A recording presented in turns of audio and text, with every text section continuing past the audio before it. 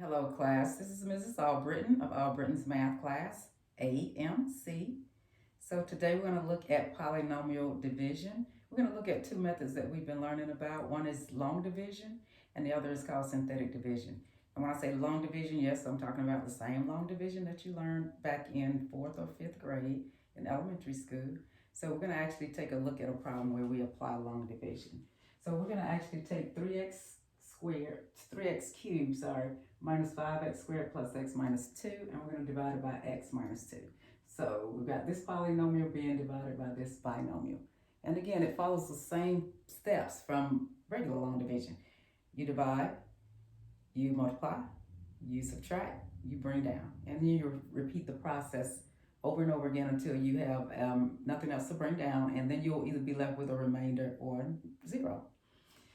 So let's take a look at these steps here. Now the first thing we're going to do is we're going to start with the variable x, and we're going to divide x into 3x cubed. Now remember those steps. Step 1 that I just mentioned that we know about long division is to divide. Let's do that. So x divides 3x to the third power 3x squared times. Now step 2 is to multiply. So I'm going to multiply. I'm going to multiply the quotient that I just put on the quotient line times this entire expression, this whole binomial. So 3x squared times x is 3x to the third power. 3x squared times negative 2 is negative 6x squared. So I've done step 1 divide, I've done step 2 multiply. Now step 3 of long division is to subtract. So let's do it. I'm going to subtract 3x cubed minus 5x squared and 3x cubed minus 6x squared. So let's do the work. 3x cubed minus itself, well, that cancels out to 0. Opposites cancel out. Now let's be careful with this one because I see a negative 5x squared minus a negative 6x squared. So let me point something out to you. I see a minus and a minus, or a minus and a negative, or a negative, you can call it what you want. That's two negative signs. There's a double negative, which is going to force this to become positive. So what I really have here is negative 5x squared plus 6x squared. Think about it. Negative 5 minus negative 6, because that's essentially what I have. Negative 5 minus negative 6. You see the double negative now? This becomes negative 5 plus 6. So be careful when you have those, because that can be confusing. So what I have here is negative 5x squared plus 6x squared, which is 1x squared. Because look at this, negative 5 plus 6 equals 1, positive 1. Of course, I don't need the 1 in front, so now that you've seen it, I'm going to go ahead and eliminate it because we don't have to write it there. And let's finish. So I've done divide, multiply, subtract. Now I've got to bring down. So I'm going to bring down the next term, which is a plus x. So bring down is step 4. And then from there, we start all the way back over again. So I go back to divide. So go back to the variable x and divide x into x squared. Well, x goes into x squared x times. Multiply, x times x is x squared. X times negative 2 is negative 2x. Subtract. Notice I'm following the steps. X squared minus x squared cancels out. X minus a negative 2x. There's that double negative again. So this becomes x plus 2x. That's 3x. Be really careful. And then the next step, bring down the next term. So bring down minus 2 or negative 2. And then start back over again. X goes into 3x 3 times. Why am I putting plus 3? Because it's a positive.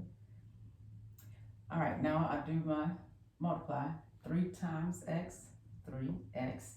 3 times negative 2, negative 6. Now I subtract. These cancel. Notice how those first terms keep canceling out? That's how it works. Again, I've got a negative 2 minus a negative 6. Double negative turns into a positive. So this is negative 2 plus 6, which is 4. Now, there's nothing else to bring down, so I know that I'm finished. And this is going to be my remainder. So 4 is the remainder. I'm going to show you how you write the remainder. Now, normally when we did long division, we would put remainder 4 like that. Well, when you're working with polynomials, you don't write it like that. What you do is you add it to your quotient in fraction form with the remainder as your numerator and this divisor, x minus 2, as your denominator. So it'll look like this, 4 over x minus 2. So the answer to this is 3x squared plus 1x, I don't have to put the 1, plus 3 plus the remainder over the divisor. So this is the answer for that long division of polynomials. Okay, now what we're going to do is we're going to do the same problem using synthetic division. So I'm going to erase this to get some space, and I'm going to put the synthetic division over on the other side. So for synthetic division, you have to just write it a different way. So let's write this just slightly different. And you pretty much use just the numerical part of the problem and leave out the variables. And then at the end, you put the variables back in. That's pretty much how it works. So the synthetic division for this problem, so since we're dividing this by x minus 2, the first thing you want to do is you're going to use just the constant of the divisor, but you're going to use the opposite of that constant. This is a negative 2, so I'm going to use a positive 2. And then I'm going to set up my little division house. So I use positive 2 because this was a negative 2. Now, technically what we're doing is we are dividing by whatever would make this divisor 0. What could I put in place of x minus 2 to make this total binomial equal 0 is 2, because 2 minus 2 is 0. And this is why we use this particular constant in the synthetic division shortcut method. So we'll take the opposite of the constant, put that on the outside. Notice I'm not using the variable at all.